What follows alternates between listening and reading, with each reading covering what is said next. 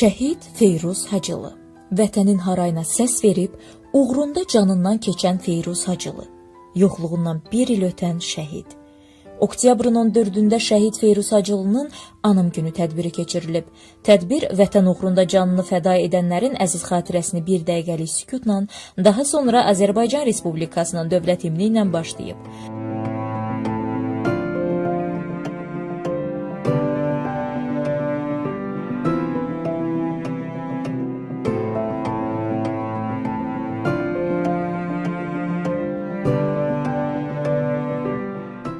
Sonra hərbi adət-ənənələrə uyğun olaraq məzar ziyarət edilib və üzərinə gül dəstələri düzülüb.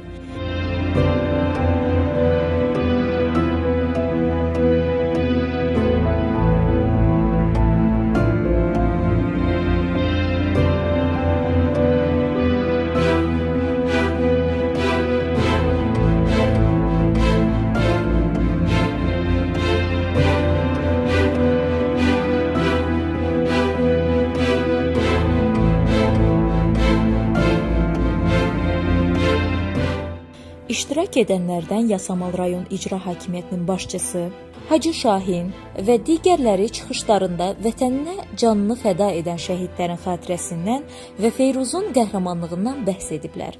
Torpaqlarımızın işğaldan azad olunması qəhrəmancasına şəhid olmuş Feyruz qardaşımızı yad edib. Mən ilk öncə hər birinizin adından Feyruzun atası Fəruz müəllim, anası Həbbə xanım, hər birinizin adına başsağlığı verirəm. Qardaşımıza Allahdan rəhmət, ailə üzvlərinə səbir buyurun.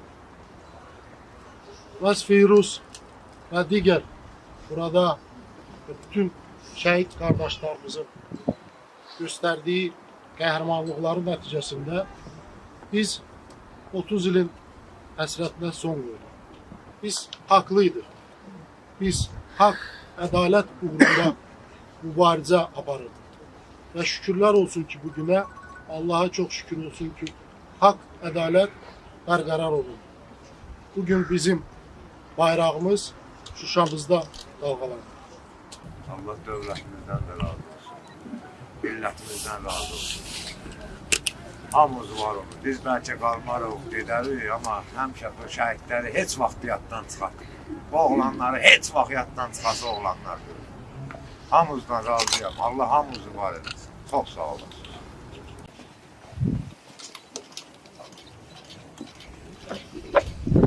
Allah rəhmət eləsin.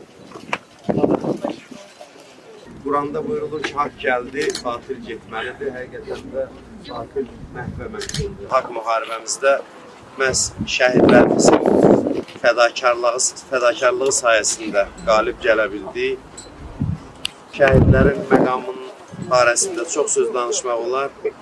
Amma bir neçə hədis var. Peyğəmbərimizdən, məsumlarımızdan biri buyurur ki, Allah yanında heç bir damcı şəhidin qanı qədər sevimli deyil.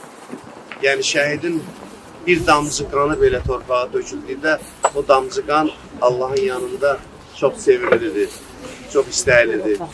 Şəhidin günahları bağışlanar, 70 məqama çatır, ondan ən aşağısı günahlarının bağışlanmasıdır. Ona görə də şəhid ailəsi onlara baş sağlığı verməklə yanaşı, həm də göz aydınlığı veririk. Şəhidin ata-anasına ki, Allah özünüz də dediniz ki, onlar unudulası oğlanlar deyil. Allah onları seçib və uca məqama çatdırıb. Allah sizə səbir versin, həm də gözünüz aydın olsun ki, belə bir qurban vətən yolunda bəxş eləmişsiniz xalqımıza. Allah səbir versin, Allah ruhunu şad eləsin inşallah.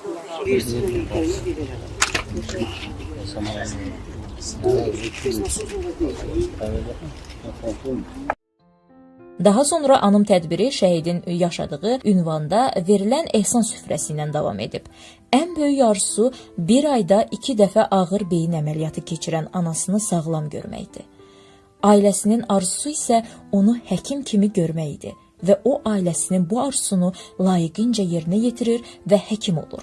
Vətənin dar günündə kaş məni də çağırsalar gedərdim deyən Feyruz həkimliyinin 2-ci ilində hər şeyi geridə qoyaraq hərbi səfərbərlik xidməti tərəfindən döyüşə çağırılır.